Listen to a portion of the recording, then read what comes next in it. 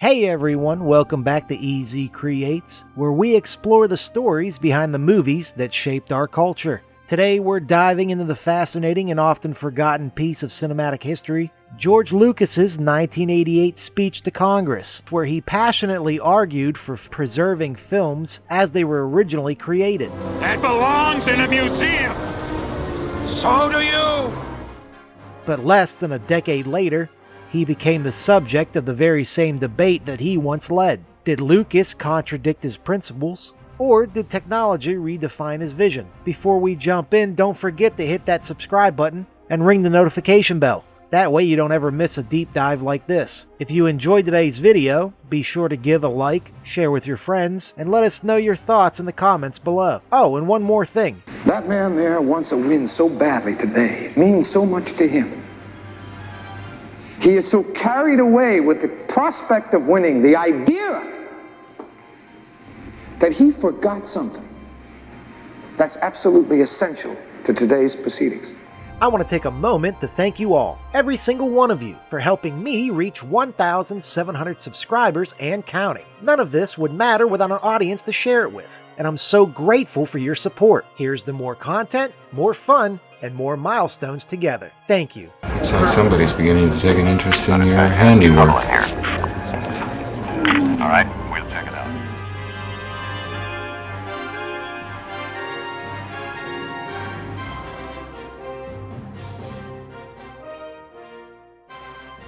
out. Introducing Kodacolor Gold 100. I see your true colors shining through. Kodacolor Gold 100 gives you the most accurate colors, the truest colors of any print film. Don't be afraid to let them show. A new Kodacolor Gold. Your true colors. In the 1980s, the film industry faced a growing problem: the colorization of classic black and white movies. This process, driven by commercial interests, sought to modernize films like Casablanca and The Maltese Falcon, replacing their monochrome artistry with crude digital color. But this wasn't about artistic restoration, it was a business move designed to modernize old films and attract new audiences and their revenue. However, the results were often crude, and some often found it disrespectful to the original artistry. The process of colorizing classic black and white movies is the subject of this special show called Hollywood's New Vandalism, a title I guess the tips are independently arrived at point of view. I'm Gene Siskel of the Chicago Tribune. And I'm Roger Ebert of the Chicago Sun-Times. Colorization itself is such an ingenious technological breakthrough that there's a temptation almost to applaud the work that went into it without asking whether it ought to have been done in the first place. What they do is the colorizers take an old black and white movie and assign color values to various areas in the first frames of each individual shot. Areas like the faces and clothing of the actors, or the sets or landscapes that they're seen against. Then a computer takes over and does the dirty work, individually colorizing thousands of frames so that the result is a movie that looks like it was shot in color. Well, Gene Siskel and Roger Ebert were among the first to condemn the practice, calling it Hollywood's new vandalism. As Ebert put it, it takes black and white movies and sprays cheap colors all over them, destroying their artistry in the process. it's a safe bet that John Huston won't be watching when Ted Turner plays the colorized version of the Maltese Falcon in November. John Huston has joined many other members of the Directors Guild of America in describing the process of colorization as cultural butchery. George Lucas shared their outrage. In 1988, he joined Steven Spielberg and Martin Scorsese in testifying before Congress to advocate for preserving films in their original form. As important as today's hearing is, it is only a small part of a much larger drama. We have already had extensive discussions with many of the men and women involved in these complex technologies. And I should mention the technologies for the people in the audience. Technologies are colorization, lexiconing, and panning and scanning. Lucas's testimony was one of the most powerful moments of the hearing, and he didn't hold back, saying, quote, "People who alter or destroy works of art and our cultural heritage for profit or as an exercise of power are barbarians." Lucas wasn't just railing against colorization, he foresaw how rapidly advancing technology could be weaponized to rewrite cinematic history, saying, tomorrow, more advanced technology will be able to replace actors with fresher faces, or alter dialogue and change the movement of the actor's lips to match. It will soon be possible to create a new, original negative, with whatever changes or alterations the copyright holder of the moment desires. Lucas's argument was clear. Films are historical documents, capturing the culture, technology, and creative limitations of their time. To alter them is to seize history itself. George Lucas's testimony wasn't just a call to arms. It became the foundation of a new era in film preservation. The growing trend of altering films had alarmed filmmakers, critics, and historians. Lucas argued that films should be regarded as cultural artifacts, no different from great works of literature or architecture, deserving of protection from unnecessary alteration or destruction. The coloring of black and white movies for profit. How do I hate thee? Let me count the ways. First of all, I don't think anyone has the right to obliterate another person's artistic creation. You know, they arrest people who spray paint subway cars. They lock up people who attack paintings and sculptures in museums. And adding color to black and white films, even if it's only to the tapes shown on TV or sold in stores, is vandalism nonetheless. The power of the stark black and white image is one of the great treasures of the movies. The late great French director Francois Truffaut told me he never wanted any film of his movies to be in color. He was forced to because his films were financed in part by European television, which knew that color films usually draw higher ratings. But Truffaut told me that when he wrote the scripts of his movies, he never once mentioned color. It wasn't important to him, one of our great film artists. Now we're supposed to believe that some businessmen with computers are going to improve the movies? Ridiculous. That brings us to the National Film Preservation Act of 1988. During the 1980s, media mogul Ted Turner acquired the rights to classic films as part of his purchase of MGM's film library. Turner's approach to making these films more marketable for television involved colorization that would appeal to the younger audiences unfamiliar with black and white cinema. Films like It's a Wonderful Life and Casablanca were altered to varying degrees of quality, sparking outrage among purists. Turner famously dismissed criticism, saying, "They're my films. I can do what I want with them." This cavalier attitude crystallized the need for federal action to protect cultural heritage from being treated as disposable property. The act created the National Film Registry, a curated list of films recognized as culturally, historically, or aesthetically significant. Films selected for the registry would receive priority for preservation efforts by the Library of Congress, ensuring their original forms were safeguarded for future generations. Early editions included classics like Citizen Kane, Gone with the Wind, and The Maltese Falcon. The criteria reflected Lucas's beliefs that films are historical documents, capturing the aesthetics, values, and technological limitations of their time. It's also a little bit of economic butchery, too, because if people are wondering why some of these titles were selected, for example, It's a Wonderful Life, it's because the film, as you know, is out of copyright. Anyone can do anything they want with it. Television stations can run it for free, and people with color computers can now colorize it and sell it as their own. And again, as a result of that, the fact is that in a way the colorizers are appropriating somebody else's work, because Frank Capra makes no money from this movie. Jimmy Stewart makes no money from this movie. The writers, the technicians make no money. Only the colorizers have found a way to make it new and sell it again. And the guy who shot it in black and white and put all the effort in getting the lighting in black and white, he doesn't make a penny either. Forget about him. One of the most important provisions of the Act was its stance on material alterations. It explicitly sought to protect films from changes like colorization, dubbing, or re-editing without the original creator's consent. This addressed not only Turner's actions, but also broader concerns about the erosion of artistic integrity. The Act challenged the notion that copyright holders have absolute control over films, emphasizing their role as cultural artifacts. As Lucas had argued, the public's interest is ultimately dominant over all other interests. The Act has since become a cornerstone of American film preservation. It ensures that films like Casablanca remain accessible in their original forms, free from the kind of tampering Lucas himself condemned. Ironically, this very principle would later become the lens through which critics examined Lucas's own actions. The Act set a precedent for how cultural artifacts are treated across mediums, establishing the idea that artistic works once they reach a certain cultural significance, transcend the control of their creators or copyright holders. There's a saying that films aren't, well, I guess there's a saying among directors that a film is never finished, it's just abandoned. And for other directors, it's the film is never finished, they just finally take it away from you at some point. But no matter how the story goes, the director is usually left frustrated and not feeling that he's been able to complete his vision, or it's been altered one way or another. And so later on I had the opportunity when we were thinking about reissuing the films for the 20th anniversary of Star Wars, of fixing them up, and I said, well, this is a great chance for me to experiment with a new technology and see if I can do the prequels, and at the same time fix a lot of things that I was really frustrated with first time around with Star Wars that I couldn't complete properly because I didn't have enough time, money, or technology to do it with. And so that was a great experience for me. So the final version, now the DVD version of the films, when they finally get out there, will have all of the nuances that I've been looking for when I first did the films.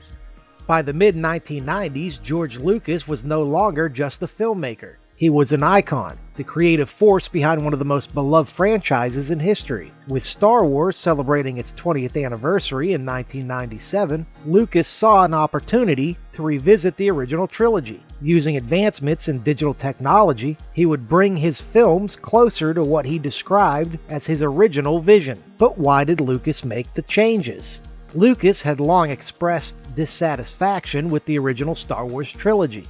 In his view, the limitations of 1970s technology and the tight production schedules had prevented the film from fully realizing the universe he imagined. Lucas viewed digital effects as a tool to enhance the visual storytelling of Star Wars. By the mid-1990s, computer-generated imagery, CGI, had advanced significantly, making it possible to add elements that were previously impractical or impossible. Lucas once said movies are an illusion. They're constantly evolving as technology evolves. This belief underpinned many of his revisions. By 1997, Lucas was preparing for the release of The Phantom Menace. The special editions allowed him to create a visual and narrative continuity between the original trilogy and the prequels. Changes like replacing Sebastian Shaw with Hayden Christensen as Anakin's Force Ghost in Return of the Jedi were made to align the films more closely, and Lucas argued that the original trilogy had always felt incomplete to him. He described the special editions as finishing the job, a chance to finally achieve the version of Star Wars he had imagined in the 1970s. The special editions featured over 30 major alterations, ranging from minor tweaks to significant reimaginings. One of them, perhaps the most infamous change, the iconic Han shot first. Well, the question and the reason it came up. The issue is more of an anthropological study of our society and culture and what we believe in. Back in the 40s and the 30s, well, in terms of movies, thanks to the Hayes office, usually the good guy didn't shoot people in the back. It was inappropriate behavior. Or even draw first. And in Star Wars, it was a little confusing about who drew first. Was it Han Solo or was it Greedo? So when I did the special edition, I decided to make it a little clearer that Greedo shot first. But of course, that morality had obviously slipped out of the current thinking of most young people, and they liked the idea that Han Solo was a cold-blooded killer. And so there was this huge argument that's still going on about, is he a cold-blooded killer or is he really a good guy? But in the end, you can't have Princess Leia marry a cold-blooded killer. But he did shoot first. The Han shot first controversy fundamentally altered Han Solo's character, a defining moment of moral ambiguity.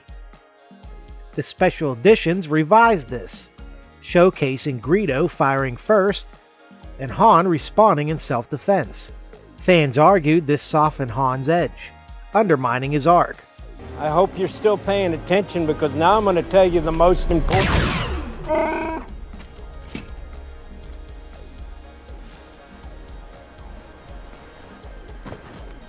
Jabba the Hutt. Right here, Jabba. Lucas restored a deleted scene between Han and Jabba in A New Hope. The scene originally featured a human stand-in for Jabba, but CGI was used in the special editions to replace him with the slug-like alien introduced in Return of the Jedi. This CGI was further updated in subsequent releases. Of course, there were also overall expanded visuals. Entire sequences were reimagined to include new digital effects, such as the expanded Mos Eisley spaceport, and updated shots of the Death Star battle. Lucas added CGI creatures, ships, and buildings to make the galaxy feel more alive. Great shot, kid. That was 1 in a million. But replacing Sebastian Shaw with Hayden Christensen, Anakin's Force Ghost in Return of the Jedi, was one of Lucas's most divisive changes. He justified this by arguing that the Force Ghost reflected the last time Anakin was, quote, truly good, but fans saw it as an unnecessary erasure of Shaw's contribution. And the fans did speak. Many felt the changes betrayed the integrity of the original trilogy, tampering with what had become cultural milestones. Han shot first became a rallying cry for purists, symbolizing their broader frustrations with the revisions. Adding fuel to the fire, Lucas made it increasingly difficult to access the unaltered versions of the films. The original cuts were excluded from most of the home releases, leaving fans with low-quality transfers or unofficial restorations. Critics were quick to point out the hypocrisy. Lucas, who had fought so passionately for preservation of films in their original form, was now revising his own work and restricting access to the versions audiences had fallen in love with in the first place. To many, Lucas's actions with the special editions represent a blatant contradiction of the principles he passionately defended in 1988. During his testimony before Congress, Lucas warned about the dangers of tampering with art, emphasizing that films are historical documents that should be preserved as they were originally created. By revising Star Wars and suppressing access to the unaltered originals, Lucas seemed to violate the very ideals he had championed. In 1988, Lucas argued that the public's interest is ultimately dominant over all interests. Yet by limiting access to the original Star Wars trilogy, he prioritized his vision over the collective cultural memory of the films. The National Film Preservation Act explicitly sought to protect films from material alteration, like the changes Lucas made to Star Wars. Critics argued that Lucas's revisions undermined the integrity of the original trilogy, treating them as malleable products rather than cultural artifacts. You know, people look at technology as sometimes a mean, sometimes an end to things, and it isn't an end. In certain cases, in the movie business, the movie business, I mean, the act of creating in the art form of movies, the craft of movies, is completely technical. And that's all it is. It's a big technical thing, as opposed to writing a book or something, which is partially technical. I mean, the writing part, using the different pens, the different papers, that was all a big deal as you went back. The first printing press, binding books, paperback books, cheap books for a lot of people. That's all technology that allows the writer to reach a better audience, and sometimes in the case of painters as opposed to writers, express themselves more clearly. A lot of painters, Michelangelo, a lot of painters in the past were very adept at mixing colors and coming up with new colors so they could express things in new ways. The technology of brushes and all those things are very important to how they applied their craft. Same thing in movies, only it's 100-fold. The first movies, they just put up a camera and had a train come into a train station and everybody was amazed. And that was sort of all technology. Just look at the technology. But as it grew into more of an art form and much more sophisticated than that. And what we've been doing ever since then, whether we add sound or whether we add color or whether we use digital technology, is simply a way of broadening the canvas so that we have more colors to work with.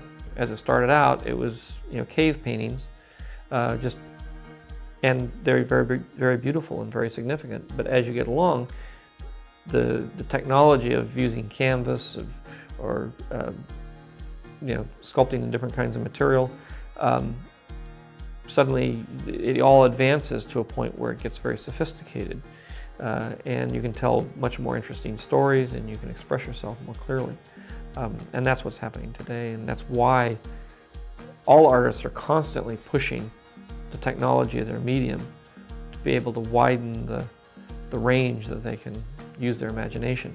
Lucas's testimony also warned about the potential misuse of technology to rewrite films. Ironically, he embraced this very technology to add CGI elements, revise dialogue, and fundamentally alter the tone and the pacing of his Star Wars films. For fans, Lucas's actions were personal. The original trilogy had become more than just movies. They were cultural milestones, defining the childhoods of millions. By revising the films, Lucas didn't just alter Star Wars, he altered the memories and the experiences of those who had grown up with it. A common sentiment among fans was that Lucas had gone from being a protector of cultural heritage to a barbarian, the very term he had used to describe those who tampered with art for profit. Unlike the colorization of films like Casablanca, which was driven by commercial interests, Lucas's changes to Star Wars were motivated by his desire to fulfill his original creative vision. Lucas often described his original trilogy as unfinished. He believed that the constraints of 1970s technology and a tight production schedule had forced him to make compromises. The special editions, he argued, were an opportunity to complete what he had envisioned decades earlier, even once saying films are not finished. They are abandoned, reflecting his view that art is a living document, open to revision and reinterpretation. Lucas would embrace CGI as what it was, groundbreaking and pushing the boundaries of what was possible in filmmaking. For Lucas, technology wasn't a means of tampering with history. It was a way to bring his universe to life more fully. For fans, Star Wars had transcended Lucas. It was no longer just his story. It was a shared cultural experience. Many felt that by revising the films and restricting access to the originals, Lucas was ignoring the public's role in making Star Wars a phenomenon. The unaltered versions of the trilogy, after all, were the films that had captured the world's imagination and earned Star Wars its place in cinematic history. This tension reflects a broader philosophical divide in art. Is art static, preserved as a historical artifact? Or is it dynamic, evolving with its creator? Lucas's story highlights the challenges of navigating this divide, particularly when the art in question is as culturally significant as Star Wars. What happens when you, especially when you're making a science fiction film, but almost any film, you're working with limited resources, and you're constantly sort of bumping up against the technology that you have. Cinema is an extremely technological medium. So you're defined by those two barriers. One is resources, one is technology. And Star Wars especially bumped up against those. So I was never really able to tell the story that I wanted to tell. I had to self-censor the story down to something I knew could be done given the technology I had available. And I would push it occasionally. I'd develop a way of panning in outer space. I would develop a way of creating a 2.5 foot high character that could act. And, really, so at that point, really challenges. But at the same time, I was frustrated. And I got the film finished somehow, but it wasn't finished to the level that I'd want it to be finished. And Lucas's actions with the special editions are ironic, not only because of his 1988 testimony, but also because of the enduring principles of the National Film Preservation Act. By revising Star Wars, Lucas effectively blurred the line between preservation and revision, challenging the very ideals he had helped to establish. Lucas's story also reflects broader challenges in the film industry. The rise of digital technology has made it easier than ever to alter films, whether for restoration or revision. Lucas was one of the pioneers of this movement, and his work laid the groundwork for debates that continue to shape the industry today. For example, filmmakers like Ridley Scott and Francis Ford Coppola have also revisited their work, creating director's cuts of films like Blade Runner and Apocalypse Now. But these versions often coexist alongside the originals, where Lucas has released his revisions, effectively replacing the unaltered trilogy. George Lucas's revisions to the Star Wars trilogy were not just about one creator's artistic vision. They reflect broader questions about the role of technology in storytelling, the ownership of cultural artifacts, and the nature of cinematic history. For many fans, Star Wars was no longer just Lucas's creation. It was a global cultural touchstone. But the original form, deeply embedded in the collective consciousness of millions, was nowhere near being forgotten. Despite the controversy, George Lucas's contribution to cinema remains undeniable. As the creator of Star Wars, he revolutionized the industry, pioneering special effects, sound design, and franchise storytelling. His revisions to the trilogy, while divisive, reflect his relentless pursuit of perfection, a quality that has defined his career. His fight for the integrity of classic films in 1988 remains a defining moment in the history of cinema, even as his later actions complicate this legacy. So we'll leave you with this. To understand the full impact of Lucas's actions, we have to look beyond Star Wars and examine how his choices has shaped the conversation about art and its preservation. At the heart of the controversy is the fundamental question: when a film transcends its creator to become a cultural phenomenon, does it still belong solely to the artist, or does it belong to the public? Let us know your thoughts in the comments below. If you enjoyed this deep dive, don't forget to like, share, and subscribe for more explorations into the stories behind the movies that shaped our cinematic history. And remember, The Force will be with you, always. And as always, smash that like button, subscribe, maybe hit that little notification bell. I'd really appreciate it.